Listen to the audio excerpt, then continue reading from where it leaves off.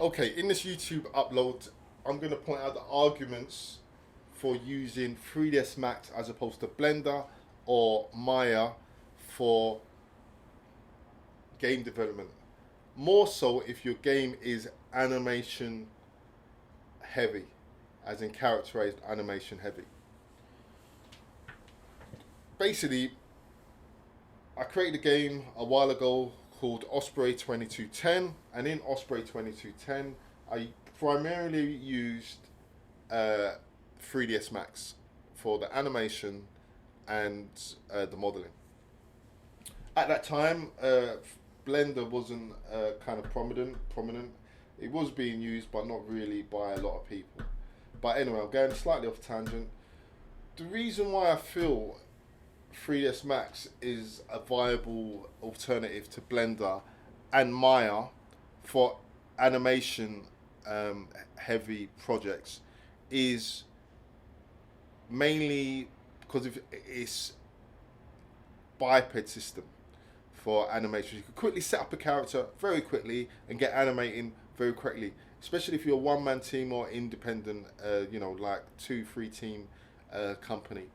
Whereas Maya, the animation features in Maya, I personally feel it's more geared toward bigger studios. So, for example, in a lot of studios, they would actually have a a, a rigger, someone who'd rig your character, and then they pass it after the character's been rigged. They would then pass it on to the animator, and the animator would then animate it. Where 3ds Max is very easy to just jump in and do your character animations, especially with using biped. With Blender, again, I feel the animation features for Blender are a little bit.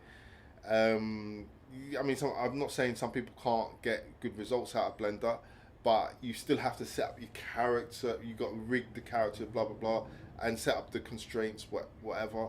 Whereas 3ds Max, in my view, from what I've seen so far, nothing competes, in my view, with biped, the biped setup.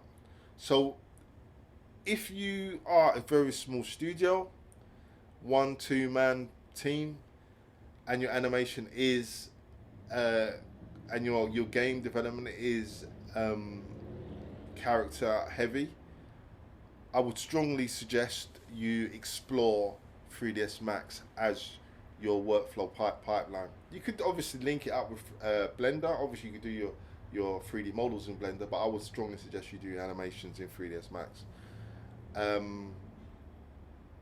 Now, another argument for using 3ds Max, they've dropped the price for indie developers. So if you're an indie studio, you can get it for about £150.